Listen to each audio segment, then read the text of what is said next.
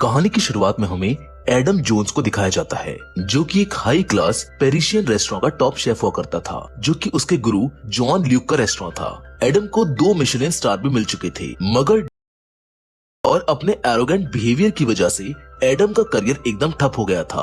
और इसी पछतावे की वजह से एडम ने न्यू ऑरलियंस में खुद को 10 लाख ऑयस्टर्स को शेल से निकालने की सजा दी है और आज उसकी सजा पूरी होने का आखिरी दिन है। एडम पूरे 10 लाख ऑयस्टर्स को निकाल देता है, जिसके बाद वो अपने करियर को दोबारा शुरू करने के लिए लंदन के लिए निकल जाता है, जहाँ वो लैंगम होटल के एक रूम में रुकता है। थोड़ी देर बाद उस होटल का मैनेजर टोनी बालेडी उसके दरवाजे पर आकर नॉक करता है। तब एडम उसको बोलता है कि ये तुम्हारे फादर का होटल है, तुम खुद अंदर आ सकते हो। उसके अंदर आते ही वो कहने लगता है कि बोर्डन नॉयर कल पकाया गया था, उसके चारों तरफ एक पापड़ी बन गई थी और तुम तला हुआ ट्यूना सर्व कर रहे हो। तुम्हारी सेल्फ रिस्पेक्ट को क्या हो गया है? तुम कभी पेरिस में बेस्ट रेस्टोरेंट चलाया करती थी। जिस पर टोनी एडम को बोलता है कि तुम ये बात कर रहे हो जिसने एक बार मरते हुए शेफ से मेथाडोन चुराया था और तुमने ही वो रेस्टोरेंट तबाह किया था। तुम्हारे गायब हो जाने के बाद मुझको और जीन ल्यूक को रेस्टोरेंट बंद करना पड़ा था, जबकि अफवाहें तो ये भी थी कि तुम्हें ड्रग डीलर्स ने चाकू घुसाकर मार दिया और जीन ल्यूक की बेटी ने दावा किया कि तुमने उसको प्रेग्नेंट कर दिया। एडम बोलता है कि अब मैं वापस घर आ गया हूँ, मुझे किसी भी कीमत में 3rd मिशेलिन स्टार पाना ही है और मैं इसीलिए यहाँ पर आया हूँ। अब मैं तुम्हारे रेस्टोरेंट को संभाल सकता हूँ, जिसके लिए टोनी उसको मना कर देता है। जिसके बाद एडम अपने एक पुराने दोस्त कॉन्टी से मिलने उसके रेस्टोरेंट जाता है। वो दोनों आपस में बातें करते हैं, जहाँ कॉन्टी बताता है कि जब जीन ल्यूक की डेथ हुई तो हम सब डरे हुए थे। एडम ये सुनकर थोड़ा शॉक हो जाता है, क्योंकि उसको नहीं पता था कि उसके गुरु जीन ल्यूक की डेथ हो गई है। कॉन्टी उसको टेबल पर रखा खाना खाने को कहता है, जो उसको बहुत पसंद आता है, जिसका कॉम्प्लीमेंट देने के लिए वो उसके शेफ से मिलने जाता है, जिसका नाम हेलन होता है। एडम उसके लिए एक नोट छोड़ के आता है, जिसमें उसने उसको एक रेस्टोरेंट में मिलने बुलाया होता है। एडम को अपने होटल जाते समय माइकल दिखता है, जिसको देखकर वो भागने लगता है, जहां उन दोनों में हाथापाई होने लगती है। दरअसल एडम ने जेलेसी के कारण माइकल के रेस्टोरेंट में चूहे छोड़ दिए थे और हेल्थ इंस्पेक्टर को बुला दिया, जिसकी वजह से उसका रेस्टोरेंट बंद हो गया और इसी वजह से एडम उसको देखकर भागने लगा था। मगर माइकल एडम को माफ कर देता है। वो तो उसके साथ काम करने को भी कहता है। जब एडम होटल वापस आता है तो टोनी की असिस्टेंट उसको रूम में जाने से रोक लेती है और कहती है कि आपके कार्ड का बैलेंस खत्म हो गया है और टोनी ने आपको आपके नाइफ्स दिए हैं। जिसके बाद एडम एक लड़के से मिलने उसके फास्ट फूड कॉर्नर जाता है, जिसका नाम डेविड होता है। दरअसल एडम अब अपने किचन के लिए अपने पुराने कलीग्स और अच्छे शेफ्स ढूंढ रहा है, जिनमें से एक डेविड भी है। डेविड उसके साथ काम करने के लिए आसानी से मान जाता है, क्योंकि वो एडम को अपना हीरो मानता है। एडम उससे पूछता है कि क्या तुम्हारे पास कोई एक्स्ट्रा बेडरूम है, क्योंकि मेरे कार्ड के पैसे खत्म हो चुके हैं। जिसके बाद डेविड उसको अपने घर ले जाता है, जहां अगले दिन हेलन एडम से मिलने एक बर्गर शॉप में आती है। एडम उसको लंच के लिए पूछता है, मगर वो ये कहकर मना कर देती है कि यहाँ का फूड फैट और सॉल्ट से भरा हुआ है। इसी बात को लेकर दोनों में थोड़ी बहस होने लगती है, जिसकी वजह से हेलन वहाँ से चली जाती है, मगर एडम को वो पसंद आ जाती है और वो उसको अपने किचन में शेफ रखना चाहता है। जिसके बाद Adam restaurant critic Simon fourth से मिलता है, जिसको वो टोनी के रेस्टोरेंट में खाने के लिए जाने को मना लेता है। वहीं अब लैंगम होटल में हम टोनी को देखते हैं, जो कि साइमन फोर्थ को देखकर बहुत पैनिक हो जाता है, क्योंकि टोनी की किचन काफी बुरे हाल में है और साइमन उसके रेस्टोरेंट को बंद कर देगी। टोनी किचन में जाके शेफ्स पर भड़कने लगता है और उनकी बनाई हुई डिश को भी फेंक देता है और कहता है कि वो हमें बर्बाद कर देगी। लेकिन तभी वहाँ पर एडम आ जाता है, क्योंकि ये सब उसी ने किया है ताकि टोनी उसको अपने रेस्टोरेंट के लिए काम करने दे। टोनी उससे कहता है कि ये सब तुमने सेट किया है ना। एडम कहता है कि तुम्हारा रेस्टोरेंट बर्बाद होने वाला है, मुझे उनके लिए कुक करने दो। मजबूरन टोनी उसको कुक करने देता है। एडम की बनाई हुई डिश उन दोनों लेडीज को बहुत पसंद आती है। टोनी साइमन के रिव्यू के बाद एडम को परमानेंटली हेड शेफ रखने के लिए मान जाता है। अब हम टोनी और एडम को साथ में देखते हैं। एडम टोनी से कहता है कि मैंने पेरिस में जो किया उसके लिए मैं प्रायश्चित करना चाहता हूँ। मैं कुछ अपने पुराने कलीग्स और नए शेफ्स ढूंढ रहा हूँ, जिनमें माइकल और मैक्स होंगे, जो 2 दिन बाद जेल से छूटने वाला है। और यहीं पर मुझे एक शेफ भी मिली है, मगर उसे ये नहीं पता कि वो अपने काम में कितनी माहिर है। और मैं चाहता हूँ कि तुम अपने डैड से बात करो, क्योंकि मैं फाइनली तुम्हारे डैड को प्राउड फील कराने का तुम्हें एक मौका दे रहा हूँ। जिसके लिए टोनी मान जाता है, लेकिन एडम को टोनी की साइकाइट्रिस्ट डॉक्टर रोशिल्डे को वीक टेस्ट देने होंगे और फिर हम एडम को साइकाइट्रिस्ट के पास देखते हैं, एडम ब्लड सैंपल देते हुए उनसे पूछता है कि क्या आपने सेवन समुराई मूवी देखी है? मैं चाहता हूँ कि मेरे शेफ भी वैसे ही हों। अगले दिन एडम अपने राइवल रीस से जाकर मिलता है, जो कि एक काफी अच्छा शेफ है। दरअसल रीस, माइकल, मैक्स और एडम ये चारों जीन ल्यूक के रेस्टोरेंट में साथ काम किया करते थे, मगर रेस्टोरेंट बंद होने के बाद अभी सब अलग अलग काम करने लगे हैं। एडम रीस की बनी डिश में कमी निकाल देता है। रीस कहता है कि मैंने एक फालतू अफवाह सुनी है कि तुम 3rd मिशेलिन स्टार के लिए कोशिश करने वाले हो, जिस पर एडम भी कहता है कि मैंने भी एक अफवाह सुनी है कि तुम्हें मिशेलिन स्टार मिल गया। अब थोड़ी देर बातों के बाद रीस ये बोलकर वहाँ से चला जाता है कि अगर तुम में थोड़ी भी इंसानियत बची है तो टोनी और उसके डैड को अकेला छोड़ दो। अब मैक्स भी जेल से बाहर आ चुका होता है और वो भी एडम को ज्वाइन कर लेता है, जिसके बाद हम देखते हैं कि एडम के लिए किचन को रेनोवेट किया जा रहा होता है, जहाँ वो कुछ बना रहा है, जिसको टेस्ट करने के लिए वो उसको टोनी के पास लेकर जाता है, जहाँ पर टोनी उससे कहता है कि तुमको पेरिस का बोनासियस तो याद होगा ना, क्योंकि वो कह रहा था कि तुमने उससे के लिए बहुत सारे पैसे उधार लिए हैं। अब उसकी किचन के लिए मीट और बाकी का सामान भी आने लगता है और देखते ही देखते उसका किचन भी रेडी हो चुका होता है। और आज लैंगम में एडम के रेस्टोरेंट की ग्रैंड ओपनिंग का दिन है, जहां पर वो और उसके सभी शेफ्स डिशेस बना रहे होते हैं। तभी दूसरी ओर हम देखते हैं कि कॉन्टी हेलेन को काम से निकाल देता है ताकि वो एडम के साथ काम करके अपने टैलेंट का सही इस्तेमाल कर सके। जिसके बाद हेलेन एडम से मिलने आती है, जहां वो उसके साथ काम करने से मना करने लगती है, मगर एडम उसकी सैलरी ट्रिपल कर देता है और उसको अपने साथ काम करने को मना लेता है। और अब सभी शेफ्स मिलकर ग्रैंड ओपनिंग में आए सभी गेस्ट के लिए ऑर्डर्स रेडी करने लग जाते हैं। तभी टोनी वहां आकर एडम को न्यूज़पेपर में छपा एक आर्टिकल दिखाता है, जिसको देखने के बाद वो सारी बनाई हुई डिश चेक करता है, मगर एडम को कोई भी डिश पसंद नहीं आती है, क्योंकि किसी डिश की चीजें ज्यादा पकी हुई होती हैं तो किसी डिश की चीजें सही शेप में नहीं होती हैं। इसलिए एडम गुस्से में उन सभी डिश को फेंक देता है और खुद थोड़ी देर के लिए बाहर चला जाता है। जब वो वापस आता है तो जिन सभी का आज यहाँ डिनर था उन सभी के पैसे एक माफीनामे के साथ वापस करने को कहता है और बोलता है कि जो भी आज रात यहाँ पर हुआ ये सब मेरी गलती है। जिसके बाद वो अपने शेफ्स की गलतियों की वजह से उन सभी पर बहुत गुस्सा करता है, जिस वजह से उसकी हेलन से बहस हो जाती है। हेलन उसके मेन्यू में कमी बताती है।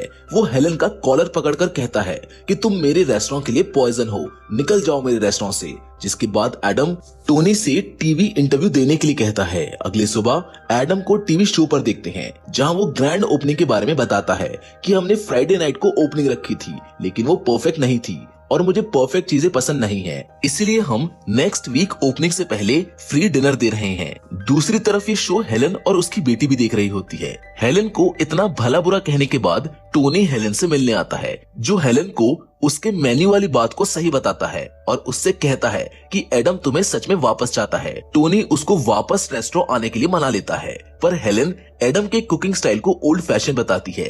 हेलन और टोनी एक इक्विपमेंट और कुछ पैक करने वाले पैकेट्स लेकर एडम के पास किचन में पहुंच जाते हैं। इस इक्विपमेंट की मदद से मीट और चीज जैसी चीजों को कम टेम्परेचर पर गर्म रख सकते हैं, जिससे वो खराब नहीं होगी। जिसके बाद हम देखते हैं कि धीरे धीरे अब सब ठीक होने लगता है। अब सारे शेफ परफेक्ट डिश बनाने लगे हैं और अब उनका रेस्टोरेंट अच्छा चल गया है, यहाँ तक कि उनके रेस्टोरेंट में एक भी टेबल खाली नहीं है। वहीं दूसरी ओर रीस को उसके खुद के रेस्टोरेंट में तोड़फोड़ करते हुए दिखाया जाता है। वहीं दूसरी ओर धीरे धीरे एडम और हेलन एक दूसरे के करीब आ रहे होते हैं। वहीं अब हम टोनी को देखते हैं, जो कि अपने पूरे सर्विस स्टाफ को मिशेलिन मैन के बारे में बता रहा होता है कि मिशेलिन मैन एक वुमेन भी हो सकती है, मगर याद रहे कि वो हमेशा अपना टेबल 7:30 से पहले ही बुक करा लेते हैं। उस जोड़े में से एक पहले आता है, जो कि बार में जाके ड्रिंक करता है और उसका पार्टनर आधे घंटे बाद। फिर वो लोग आधी बोतल वाइन ऑर्डर करते हैं। उन्होंने बिजनेस सूट्स पहने होते हैं, वो पोलाइट होते हैं, लेकिन वो फर्श पर टेबल के नीचे एक फोर्क रख सकते हैं, सिर्फ ये चेक करने के लिए कि आपने ध्यान दिया या फिर नहीं। इसी बीच वहाँ पर एडम आ जाता है, जो उनको बोलता है कि हमें हर चीज परफेक्ट रखनी होगी। अगर उनको एक भी गलती दिखी तो वो हमको खत्म कर देंगे, वो हमारे लिए जल्द ही आएंगे। वहीं अब हम एडम को कुक करते हुए देखते हैं, जहां टोनी आकर बताता है कि 2 फ्रेंच लोग तुमसे मिलने आए हैं, जो कि असल में बोनासिस और उसका एक आदमी होता है। वो अपने पैसे लेने आए होते हैं। एडम उनसे मिलने जाता है। वहीं किचन में काम करते हुए हेलन का हाथ जल जाता है, जिसकी वजह से हेलन थोड़ा ब्रेक ले लेती है, जहां हेलन से मिलने एडम आता है। हेलन एडम से अपनी बेटी का बर्थडे सेलिब्रेट करने के लिए एक दिन की छुट्टी के लिए पूछती है, पर एडम उसको ये कहकर मना कर देता है कि मुझे थर्सडे को पूरे दिन तुम्हारी जरूरत है। जिस बात को सुनकर हेलन को थोड़ा बुरा लगता है, जिसके बाद हम हेलन को गुस्से में किचन में काम करते हुए देखते हैं, जहां वो सब पर छोटी छोटी चीजों पर भड़क रही होती है। वहीं अगले दिन एडम अपना वीकली टेस्ट देने डॉक्टर रोशेल्डी के पास जाता है, जहां वो बताती है कि लास्ट नाइट टोनी उसके साथ था और उसने बताया कि वो तुमसे प्यार करता है और उसने अपने डैड के लिए नहीं बल्कि तुम्हारे लिए रेस्टोरेंट दोबारा ओपन किया ताकि तुम अपना 3rd मिशेलिन स्टार पा सको। डॉक्टर रोशेल्डे उसको कहती है कि तुम्हें दूसरों पर भरोसा करना चाहिए, सबके साथ काम करने में पावर है ना कि वीकनेस, उससे ही तुम सब कुछ पा सकते हो। जिसको सुनकर एडम वहाँ से चला जाता है। अब हम सभी शेफ्स को किचन में देखते हैं, जहाँ 2 शेफ्स में थोड़ी बहस हो जाती है, जिनको रोकने के लिए एडम पहले माइकल को कहता है, मगर वो हाँ बोलकर अपने काम में ही लगा रहता है। जिसके बाद एडम मैक्स को उनको शांत करने को बोलता है, पर वो भी एडम को इग्नोर कर देता है। तभी वहाँ पर टोनी आ जाता है। वो एडम को अपने एक दोस्त के लिए केक बनाने को बोलता है, मगर एडम उसको मना कर देता है। लेकिन तभी हेलन टोनी का नाम पुकारती है, जिस पर एडम बोलता है कि ये सब क्या चल रहा है। तब हेलन बताती है कि आज लिली का बर्थडे था और वो घर रुकना नहीं चाहती थी, इसलिए टोनी ने कहा कि मैं उसको रेस्टोरेंट ले आता हूँ, वो उसका ख्याल रख लेगा। तभी टोनी एडम से गुस्से में ये बोलकर चला जाता है कि मुझे केक चाहिए। इन सबको देखकर एडम अब समझ जाता है कि कोई उसकी बात क्यों नहीं मान रहा था। फिर वो थोड़ा हंसते हुए केक बनाने चला जाता है। वहीं रेस्टोरेंट में लिली और टोनी बैठे होते हैं, जहाँ पर एडम केक लेकर आता है। लिली केक टेस्ट करके बोलती है कि मैंने इतना अच्छा केक कभी नहीं खाया। फिर दोनों लिली से बात करते हुए केक खाते हैं, जिसको देख हेलन बहुत खुश हो जाती है। जिसके अगले दिन टोनी एडम को बताता है कि तुम्हें रीस ने रेस्टोरेंट रिलॉन्च पर इनवाइट किया है, लेकिन तुम्हें वहाँ पर अपने साथ किसी को ले जाना पड़ेगा जो तुम्हें उसके साथ लड़ने से रोक सके। जिस पर एडम कहता है कि थेरेपिस्ट का मुंह बहुत बड़ा है, उसने सब बता दिया। जिस पर टोनी कहता है कि तुम अब पहले जितने अच्छे नहीं दिखते हो। इतना कहकर वो वहाँ से चला जाता है। एडम किचन में हेलन को अपने साथ आने को पूछता है और हेलन जाने के लिए हाँ कर देती है। अब हम हेलन और एडम को रीस की रिलॉन्चिंग पार्टी में देखते हैं, जहाँ रीस उन दोनों से मिलने आता है और हेलन की तारीफ करते हुए कहता है कि अगर तुम इससे थक जाओ तो तुम्हें पता है कि तुम्हें कहाँ कुक करना है। तभी एडम की नजर जीन ल्यूक की बेटी मैरी पर पड़ती है। एडम उसके पास जाता है, जहाँ वो एडम से कहती है कि मुझको लगा था कि तुम डैड के फ्यूनरल पर आओगे, जिसके लिए एडम उससे माफी मांगते हुए बताता है कि उसको इसके बारे में नहीं पता था। मैरी एडम से कहती है कि हम दोनों साथ में बहुत अच्छे लगते थे। इतना कहकर वो वहाँ से चली जाती है, जिसके बाद एडम भी पार्टी छोड़कर वहाँ से चला जाता है। पार्टी के बाद अब हम एडम को मीट मार्केट में देखते हैं। वहाँ हेलन भी उसको ढूंढते हुए उसके पास आ जाती है। वो दोनों आपस में अपनी पास्ट लाइफ के बारे में बातें करते हैं।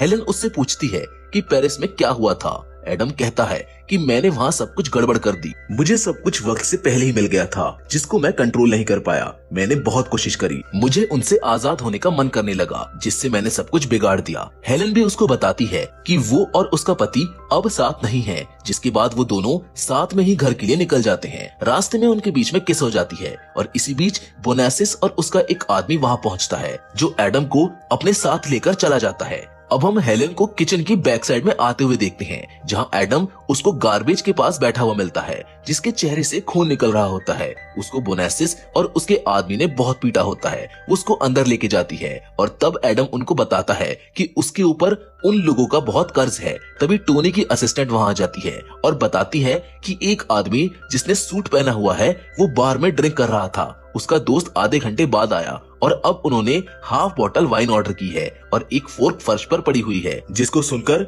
एडम उसी हालत में उठकर अपना ऑर्डर चेक करता है और उसको बनाने लग जाता है। हालांकि उसको काफी लोग मना कर रहे होते हैं क्योंकि उसकी हालत बहुत खराब थी, मगर वो फिर भी उनका ऑर्डर रेडी करने में लग जाता है और बन जाने के बाद उसको टेस्ट करके अच्छी तरह प्लेट साफ करके सर्विस के लिए दे देता है। लेकिन तभी कुछ मिनट बाद टोनी उसकी बनाई हुई डिश वापस ले आता है, क्योंकि उसमें बहुत ज्यादा मिर्च डली होती है। जब एडम उसको टेस्ट करता है तो पीछे से माइकल बोलता है कि मैंने इसमें मैच डाली है, ये सब मैंने पेरिस का बदला लेने के लिए किया है। ये कहकर वो वहाँ से चला जाता है। एडम ये सब होने के बाद हंसता हुआ वहाँ से बाहर आता है और एक ब्रिज पर जाकर अपनी नोटबुक नदी में फेंक देता है। जिसके बाद वो रात में शराब के नशे में रीस के रेस्टोरेंट पहुँच जाता है और एक पॉलिथीन में अपना मुंह डालकर खुद को मारने की कोशिश करता है, मगर रीस ऐसा नहीं होने देता। एडम रोते हुए वहीं पर सो जाता है और जब वो सुबह उठता है तो रीस को बताता है कि कल रात मिशेलिन मैन आए थे और हमने सब गड़बड़ कर दी। फिर एडम उससे पूछता है कि तुमने मेरा ख्याल क्यों रखा, जिस पर रीस कहता है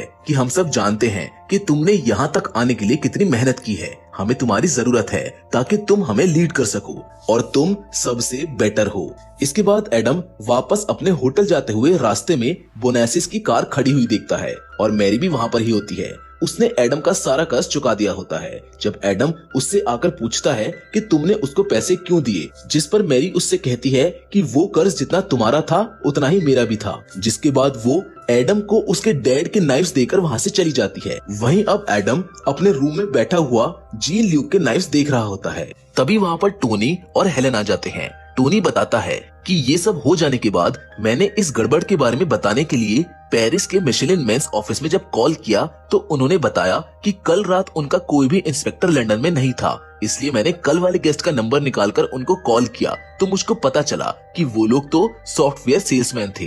ये सुनकर एडम खुशी से टोनी को गले लगा लेता है, जिसके बाद फिर से बाकी सब धीरे धीरे नॉर्मल होने लगता है। पर अब एडम बदल चुका होता है, वो सबके साथ मिलकर काम कर रहा होता है।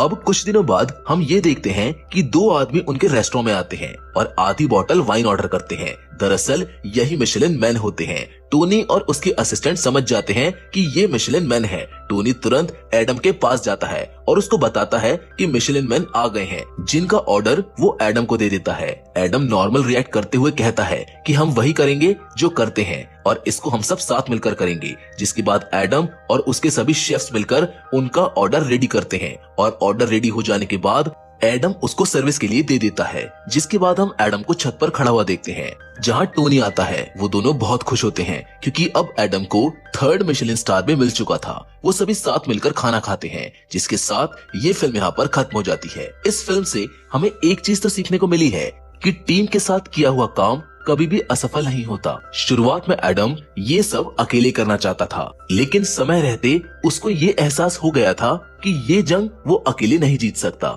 और इतिहास इसका साक्षी भी रहा है कि कोई भी जंग अकेले लड़कर नहीं जीती जाती। एडम ने भी अपनी इस गलती को माना और एंड में अपनी टीम को वो साथ लेकर चला, जिसके बाद उसने और उसकी टीम ने इतिहास रच दिया। हम उम्मीद करते हैं कि एडम की ये कोशिश आपको पसंद आई होगी।